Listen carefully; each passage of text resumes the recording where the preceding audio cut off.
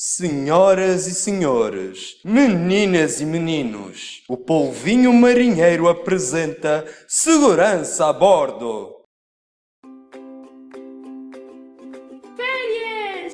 Mas primeiro temos de ir à consulta do viajante. De quê?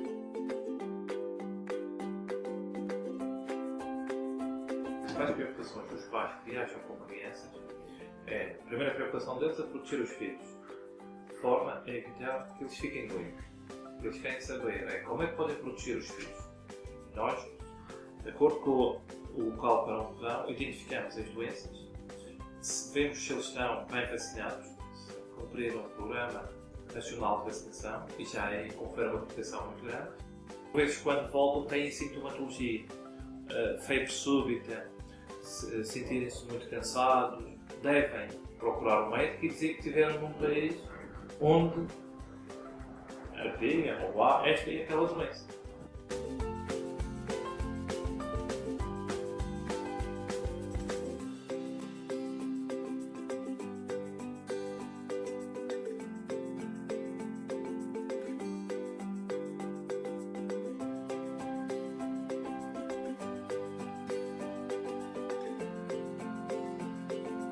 Um dos cuidados a ter é com a radiação UV.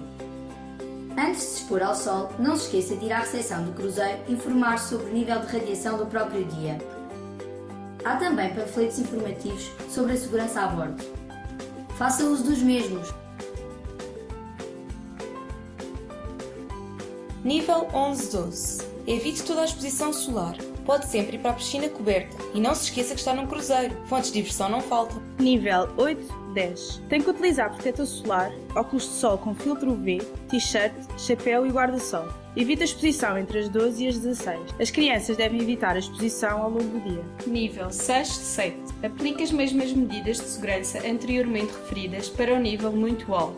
Nível 3-5. Use protetor solar e óculos de sol. Procure sombra entre as 12 e as 16. Nível 1-2. Não são necessárias medidas adicionais. Quando estiver em recintos fechados, procure sistemas de ventilação para não apanhar doenças respiratórias.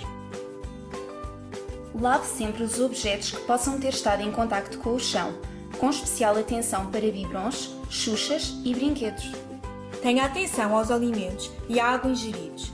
A água deve ser engarrafada ou de uma fonte fiável. Confirme sempre que os lacticínios são pasteurizados.